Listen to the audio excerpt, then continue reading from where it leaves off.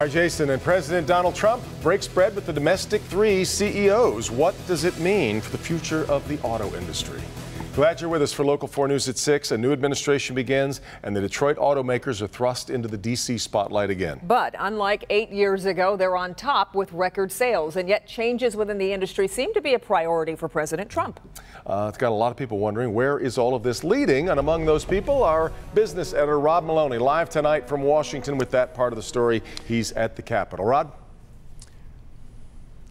Yeah, Devin, you know, there are more questions asked than answered here. We know that Donald Trump is single-minded. He knows what he wants to do, but he's offered a lot of differing ideas in juxtaposition to each other. And so this is a delicate dance they're doing, and everybody's sort of feeling their way around the edges.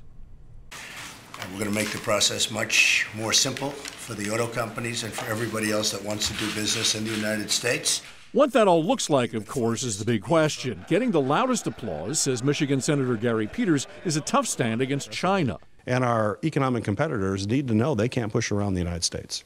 For Senator Debbie Stabenow, who was no Donald Trump fan, Big Three breakfast and even a whiff of more jobs has her attention. But when it comes to manufacturing, if he wants to do things that are going to bring jobs home and create better wages and more jobs, I'll be there, right there fighting with him. And where this is all headed is more of a concern. Local 4 auto analyst Guy Gordon tells us you could end up paying more for a vehicle if everyone isn't careful. Extricating themselves from these global supply chains is going to be very costly. Can that cost be offset with lower taxes, lower regulations, relaxing CAFE? Maybe. But if not, and if it isn't done simultaneously, it's going to be painful for the industry.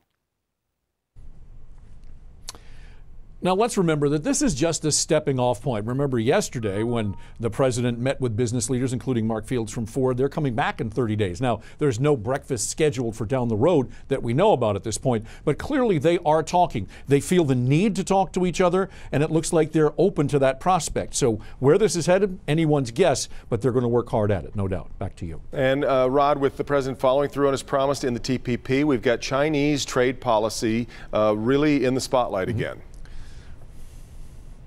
This one's a very important one, Devin. It's the one they're really talking about here in the Capitol, because if Donald Trump gets his Treasury Secretary to officially certify that China is manipulating its currency, that's a complete game changer. And I've been doing the auto business for about 25 years. Yeah. They've been talking about this for 25 years. If it happens, that's a huge game changer for everybody. Yeah, sure is.